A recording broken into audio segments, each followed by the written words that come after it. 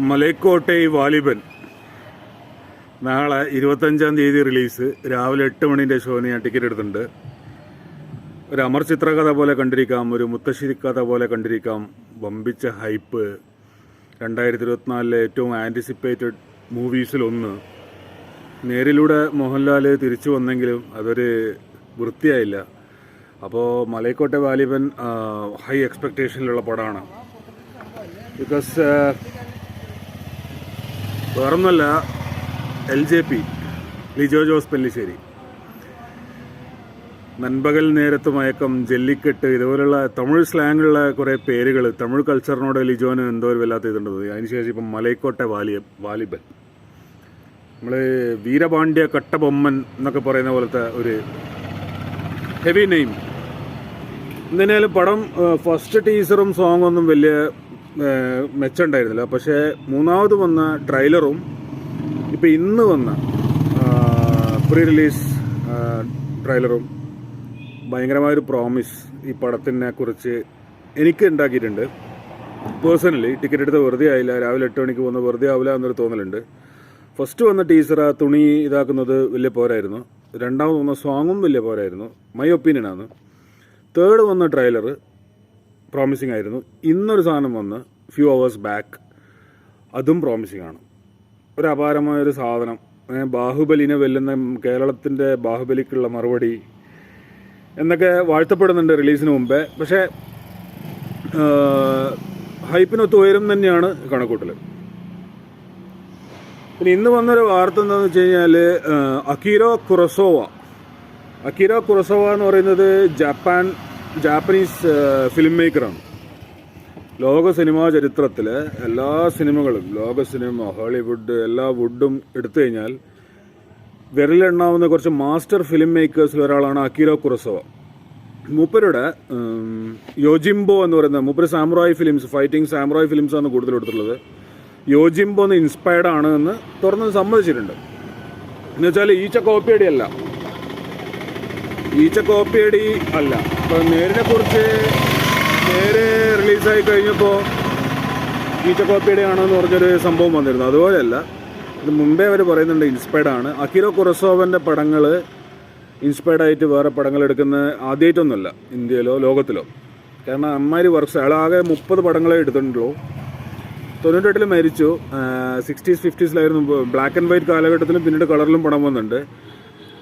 അതിൽ അക്കീറോ കുറസോവൻ്റെ റാഷമോൺ എന്ന് പറയുന്ന പടം, റാഷമോൺ എന്ന പടത്തിൽ നിന്ന് ഇൻസ്പയർഡ് ആയിട്ടാണ് കമൽഹാസൻ്റെ ക്ലാസിക് വർക്ക് വിരുമാണ്ടി എടുത്തിട്ടുള്ളത്. അതായത് ഒരേ സംഭവം, ഒരു ക്രൈം സംഭവം നമുക്കറിയാം. ഒരു ബസ് സ്റ്റാൻഡിലോ റെയിൽവേ സ്റ്റേഷനിലോ ഈവൺ ഒരു ക്രൈം സ്പോട്ടിലോ പോലീസുകാരോട് ചോദിച്ചാൽ അറിയാം.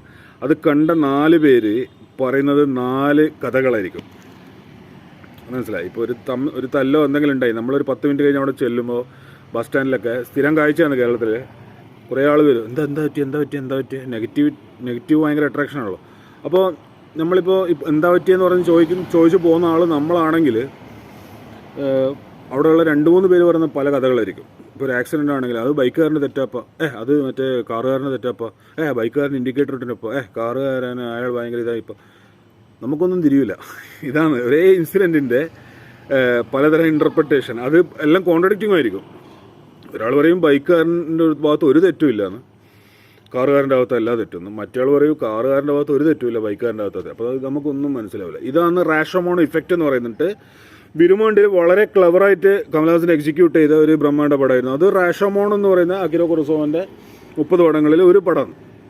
റാഷമോൺ എന്നുള്ളൊരു ഒരു പാട്ടുണ്ട്, രഷമോ രഷമോ രഷമോ, അതാണ് കണക്ഷൻ. അത് ദുൽഖറിൻ്റെ ഏതോ പടത്തിലാണ് ആ പാട്ട്. അപ്പോൾ ഈ പടം ജാപ്പനീസ് യക്കൂസി എന്നുള്ള വേർഡ് കമൽഹാസനും യൂസ് ചെയ്തിട്ടുണ്ട് തഗ് ലൈഫിൽ. ജാപ്പനീസ് മൊഴിയിൽ യക്കൂസീന ഗാങ്സ്റ്റർ നടത്താം. അപ്പോൾ ഈ പടം ഒരു കാര്യം ഉറപ്പിച്ചോ, ഞാൻ ഇന്നേ പറയാം, നാളെ റിലീസാകാൻ പോവാണ്. ഇത് ഒരു ദേശത്തേക്ക് മോഹൻലാൽ പിന്നെ വാലിബൻ ഒരു ലോൺ വാറിയറായിട്ട് കടന്നു വരുന്നതായിരിക്കും രംഗം. അവിടെ പലതരം വാറിംഗ് ലോഡ്സ് ഉണ്ടാവും ആ നാട്ടിൽ. അതായത് കേരളത്തിൽ ഷൂട്ടേ ചെയ്തിട്ടില്ല, മൊത്തം രാജസ്ഥാനിൽ നിന്നാണ് ഷൂട്ട് ചെയ്തിട്ടുള്ളത്. അപ്പോൾ അവിടെയുള്ള വാറിംഗ് ലോർഡ്സിൻ്റെ ഇടയിലേക്ക് ഒരു ഫൈറ്ററായിട്ട് കടന്നു വരുന്ന ആളായിരിക്കണം. യോജിംബോൻ്റെ കഥ ഇതാണ്. എന്നിട്ട് അവരെ യോജിംബോയിൽ പറയുന്നുണ്ട്, അതായത് അവിടെ ഗാംബ്ലിംഗ് ഇൻഡസ്ട്രിയാണ്. അപ്പോൾ ഗാംബ്ലിംഗ് ഇൻഡസ്ട്രി വളരെ പ്രോഫിറ്റബിൾ ആൻഡ് ക്രിമിനൽ ആയിട്ടുള്ള ഗാംബ്ലിംഗ് ഇൻഡസ്ട്രീൻ്റെ കുത്തകാവകാശം നേടിയെടുക്കാൻ വേണ്ടിയിട്ട് 2 വാറിംഗ് ലോർഡ്സ്, അതായത് നമ്മളെ ഭാഷയിൽ പറഞ്ഞു കഴിഞ്ഞാൽ ഭൂപ്രഭുക്കളെന്നോ മാഫിയ ഡോൺസ്ന്നോ ജക്കൂസിന്നോ അവർ അതിൻ്റെ കുത്തകാവകാശം നേടിയെടുക്കാൻ നോക്കുമ്പോൾ രണ്ടും വേണ്ടെന്ന് പറഞ്ഞിട്ടാണ് ഇയാൾ രണ്ടിനും ഇല്ലാണ്ടാക്കാൻ വേണ്ടിയിട്ടാണ് യോജിംബോലെ കഥ. അതേപോലെ ഇതിലെന്തോ ഒരു സംഭവത്തിൽ ഇവർ 2 വലിയ ടീമുകളുടെ ഇടയിലേക്ക് ഇയാൾ വരികയും ലാലിൻ്റെ വാലിബൻ വരികയും മൂപ്പര് അതിൽ നടത്തുന്ന കൈകടത്തലുകളും അതിൽ നടത്തുന്ന മോറലായിട്ടുള്ള ഫൈറ്റും പിന്നെ അതിൽ നേരിടേണ്ടി വരുന്ന തിരിച്ചടികളും അവരെന്തായാലും ഒബ്വിയസ്ലി വളരെ സ്ട്രോങ് ആയിരിക്കും. അപ്പോൾ ഇയാൾ തോക്കുന്നതും ജയത്തിന് വേണ്ടി പരിശ്രമിക്കുന്നതും അവസാനം ജയിക്കുന്നതുമായിട്ടുള്ള ഒരു സംഭവമായിരിക്കും ഇതിൻ്റെ ഒരു ഇതിവൃത്തം എന്ന് ഏകദേശം കാണുമ്പോൾ തോന്നുന്നു. അപ്പോൾ അക്കിറോ കുറസോവിൻ്റെ പടം കാണാത്തവർ റാഷമോൺ, ഞാനൊന്നും കണ്ടിട്ടില്ല കേട്ടോ, റാഷമോൺ പിന്നെ ഈ വിരുമാണ്ടി ഇൻസ്പയർഡ് ആയിട്ടുള്ള സാധനം. അതേപോലെ ഹോളിവുഡിലെ റിസർവോയർ ഡോഗ്സ് എന്ന് പറയുന്ന ക്വിൻ്റൻ ടാരന്റീനോൻ്റെ ഒരു ക്ലാസിക് പടമുണ്ട്, പൾപ്പ് ഫിക്ഷനൊക്കെ എടുത്ത ക്വിൻ്റൻ ടാരന്റീനോ. നമ്മളെ ലിജോ ജോസ് പെല്ലിശ്ശേരിൻ്റെ ഒരു ഹോളിവുഡ് അവതാരമാണ് ക്വിൻ്റൻ ടാരന്റീനോ. ഭയങ്കരമായ സ്റ്റൈലിഷ് ക്രൈം പടങ്ങൾ എടുക്കുന്ന ആളാണ് മൂപ്പര്. ഹോളിവുഡിലെ മൂപ്പര് റിസർവോയർ ഡോഗ്സ് എന്ന് പറയുന്ന ഒരു ക്രൈം പടം റാഷമോൺ ഇൻസ്പയർഡാണ്. അപ്പോൾ അതങ്ങനെ ഇൻസ്പയർഡാന്ന് പറയുന്നതിലോ അത് വേറെ രീതിയിൽ വ്യാഖ്യാനിച്ച് അവതരിപ്പിക്കുന്നതിലോ നമ്മൾ കോപ്പി അടിയെന്നൊന്നും പറയുന്നില്ല. അത് നന്നായിട്ട് അതുപോലെ എടുക്കാൻ പറ്റിയാൽ മതി എന്ന് മാത്രമാണ് പ്രാർത്ഥന. ബാക്കി നാളെ പടം കണ്ടിട്ട് എന്തായാലും ഡീറ്റെയിൽഡ് ആയിട്ടുള്ള ഒരു റിവ്യൂ, ഫേവറേറ്റ് സീൻസ് ഒക്കെ വെച്ചുകൊണ്ട് ഞാൻ ചെയ്യുന്നതായിരിക്കും. മാക്സിമം നിങ്ങൾ സപ്പോർട്ട് ചെയ്യണം, ലൈക്ക് ചെയ്യണം, ഷെയറും പിന്നെ ചാനൽ സബ്സ്ക്രൈബ് ചെയ്യാത്തവർ സബ്സ്ക്രൈബ് ചെയ്യണം. മോണിറ്റൈസേഷൻ്റെ അടുത്ത് എത്തിയിട്ടുണ്ട്. മോണിറ്റൈസ് ആയി എന്ന് വെച്ചിട്ടൊന്നും വരാൻ പോകുന്നില്ല, ഒരു അക്കൗണ്ട് ഓപ്പൺ ആവേ ഉള്ളൂ. എങ്കിലും അവേഴ്സൊക്കെ ഏകദേശം ആയി വരുന്നുണ്ട്, സബ്സ്ക്രൈബേഴ്സായി. അപ്പോൾ അതാണ് വാലിബനെ കുറിച്ച് പറയാനുള്ളത്. ബ്രഹ്മാണ്ഡമായൊരു മേക്കിങ്, ഒരു മെഗാ സംഭവം, ഒരു mega block buster industry hit ഏകദേശം ഉറപ്പാണ് എന്നാണ് എനിക്ക് തോന്നുന്നത്. മൊത്തം ടീം നല്ല എഫേർട്ട് എടുത്തിട്ടുണ്ട്. രാജസ്ഥാനിൽ, കേരളത്തിൽ തീരെ ഷൂട്ട് ചെയ്തില്ല. അവിടെ കിടന്ന് തമിഴ്, തെലുങ്ക്, മലയാളം, ഹിന്ദി എല്ലാ ഇൻഡസ്ട്രിയിലുള്ള ഒരുപാട് വലിയ കാസ്റ്റ് ആൻഡ് ക്രൂ ആണ്. മെഗാ ബഡ്ജറ്റാണ്. അപ്പോൾ ജല്ലിക്കെട്ടെല്ലാം പോലെ പിന്നെ ജല്ലിക്കെട്ട് ഒരു ഭയങ്കര വിഷ്വൽ ട്രീറ്റ് ആയിരുന്നു. അതുപോലുള്ള മുൻപടങ്ങളെല്ലാം തന്നെ ചുരുളി, നൻപകൽ നേരത്ത് മയക്കം, ഈമയവും കണ്ടിട്ടില്ല. ഒരു LJP magic, almost LJP Mohanlal magic എന്തായാലും പ്രതീക്ഷിക്കാൻ പറ്റും എന്നുള്ള ഒരു പ്രതീക്ഷയോടുകൂടി ഉറങ്ങാൻ പോവുകയാണ്. നാളെ രാവിലെ 8 മണിയാകുമ്പോൾ ഫസ്റ്റ് ഷോ കണ്ണൂർ ലിബർട്ടിയിൽ ഓൺലൈനിൽ ടിക്കറ്റ് ബുക്ക് ചെയ്തിട്ടുണ്ട്. 5-6 ഷോ ഉണ്ട്. ഹെവി ബുക്കിംഗ് ആണ് നടക്കുന്നത്. ബോക്സ് ഓഫീസിനെ പിടിച്ച് കുലുക്കുന്ന ഒരു പിന്നെ ബുക്കിംഗ് ഓൾറെഡി നടന്നുകൊണ്ടിരിക്കുകയാണ്. പിന്നെ നാളെ വ്യാഴാഴ്ച വേറൊരു പ്രത്യേകത എന്താ വെച്ച് കഴിഞ്ഞാൽ ഈ പടത്തിനുള്ള ഒരു അഡ്വാൻറ്റേജ് എന്താ വെച്ച് കഴിഞ്ഞാൽ വേറെ വലിയ റിലീസില്ല. ഓസ്ലർ ഏകദേശം അതിൻ്റെ റണ്ണ് തികച്ചു. വെള്ളിയാഴ്ച റിപ്പബ്ലിക് ഡേ ആണ്, പബ്ലിക് ഹോളിഡേ.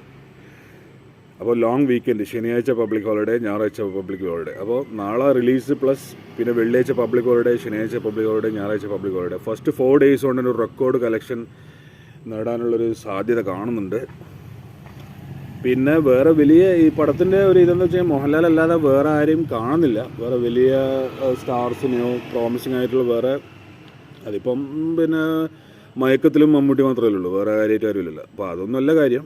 എന്തുതന്നെയായാലും വേറെ ആരെയും കാണുന്നില്ല അങ്ങനെ നമ്മൾ അറിയപ്പെടുന്ന നടന്മാർ മലയാളത്തിലും അല്ലാതെയുള്ള. പക്ഷേ അറിയപ്പെടാത്ത നടന്മാരുടെ ഞെട്ടിപ്പിക്കുന്ന പ്രകടനം ഉണ്ടാവുന്ന ഏകദേശം ഉറപ്പ് തന്നെയാണ്. അപ്പോൾ യോജിംബോ ഇൻസ്പയർഡ് വാലിബൻ നാളെ വരുമ്പോൾ എങ്ങനെ ഉണ്ടാവും എന്നുള്ളത് പടം കണ്ടിട്ട് ഉള്ള എൻ്റെ റിവ്യൂ 9-10 മണിയാകുമ്പോഴേക്കും ഞാനിടുന്നതായിരിക്കും. നിങ്ങൾ മാക്സിമം ഷെയർ ചെയ്യണം, എൻ്റെ റിവ്യൂവിന് വേണ്ടി വെയിറ്റ് ചെയ്യണം. വലിയ പടങ്ങൾക്ക് വലിയ റിവ്യൂവേഴ്സിൻ്റെ റിവ്യൂ വരുന്നതുകൊണ്ട് എന്നെപ്പോലുള്ള ചെറിയ റിവ്യൂവേഴ്സിൻ്റെ റിവ്യൂ എവിടെ എത്തുന്നില്ല. ഓസ്ലറിൻ്റെ റിവ്യൂ പറ്റുവാണെങ്കിൽ കാണണം. ഓസ്ലർ തിയേറ്ററിൽ നിന്ന് മാറിയിട്ടില്ല. ഓസ്ലറിൻ്റെ 2-3 റിവ്യൂ ഞാൻ എൻ്റെ ചാനലിൽ ഇട്ടിട്ടുണ്ട്, ഫേവറേറ്റ് സീൻസ് അടക്കം. പറ്റുവാണെങ്കിൽ അത് കാണണം. ഓസ്ലർ കാണാത്തവരുണ്ടെങ്കിൽ ഇപ്പോഴും കാണാം. നല്ലൊരു തിയേറ്ററിക്കൽ വാച്ചാണ്. വലിപ്പം വന്നാലും എനിക്ക് തോന്നുന്നൊരു 1 വീക്കും കൂടി ഓസ്ലർ തിയേറ്ററിൽ കാണും. ഓസ്ലർ ഓൾറെഡി ഒരു ഇൻഡസ്ട്രി ഹിറ്റാണ്. 50+ CR ആയി എന്നാണ് തോന്നുന്നത്. അപ്പോൾ അതാണ് പറയാനുള്ളത്. ശരി എന്നാൽ.